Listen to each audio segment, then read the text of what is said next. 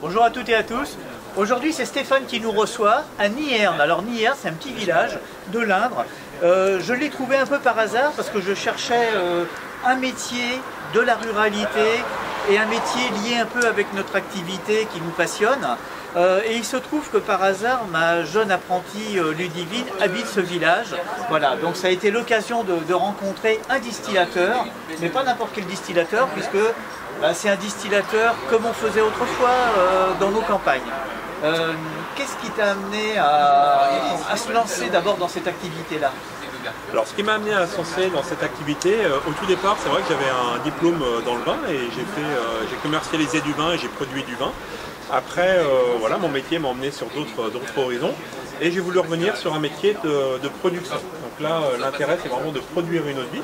Donc moi, les bouilleurs de cru m'amènent leurs produits le matin et le soir repartent avec l'alcool.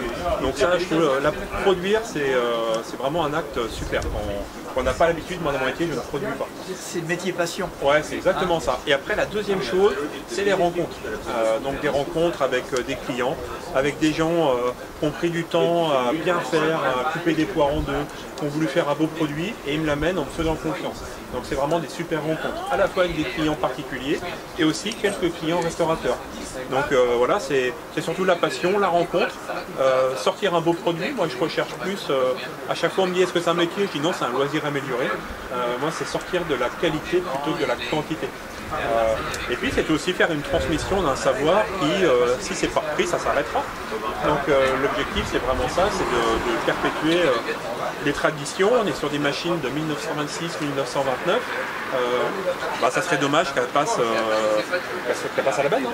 Ouais, tout à fait. Alors, si on doit parler vraiment de procédé de fabrication, la récolte des fruits, ça se fait durant l'été. Oui. Ils mettent ça donc coupé en 2, en 4 ou des prunes. Ils mettent ça dans des tonneaux, dans des fûts, ouais. Et on laisse maturer tout l'hiver, en gros. Souvent c'est ça. Ouais, souvent c'est ça. Alors l'idée c'est une récolte avec des fruits sains. Tout ce qu'on doit faire de l'eau de vie, on doit pouvoir le manger. Donc là que des cerises, on les enlève.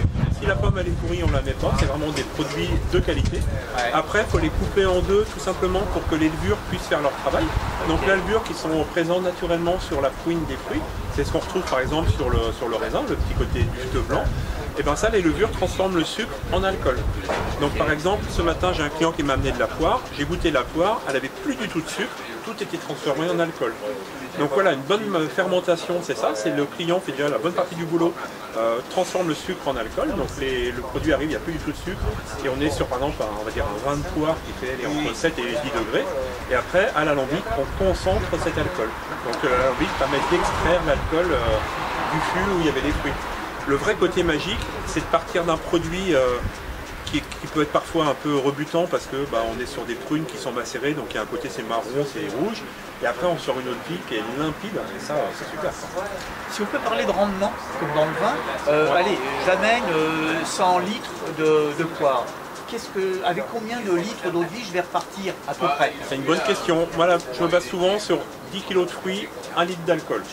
1 pour 10. 1 pour 10. Alors après, ça c'est empirique. Hein, parce qu'effectivement, même quand vous mangez une poire, entre une poire William, vous la prenez, elle est sucrée, elle est juteuse, c'est gavé de sucre, ça fera de l'alcool, donc on sera peut-être à 8 kg de fruits pour 1 litre d'alcool.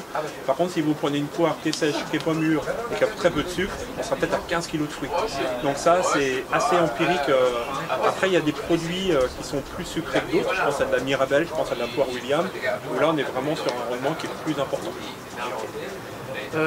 Aujourd'hui, dans l'Indre, vous êtes officiellement un petit peu moins de 20, mais combien en production, je dirais, annuelle? Parce que bon, il y a ceux qui distillent peut-être épisodiquement, hein, une fois tous les 4-5 ans, et encore, et puis il y a ceux, comme toi, qui distillent tous les ans. Vraiment à distiller tous les ans, aller sur l'Indre, on doit être 6-7 grands max. Hein.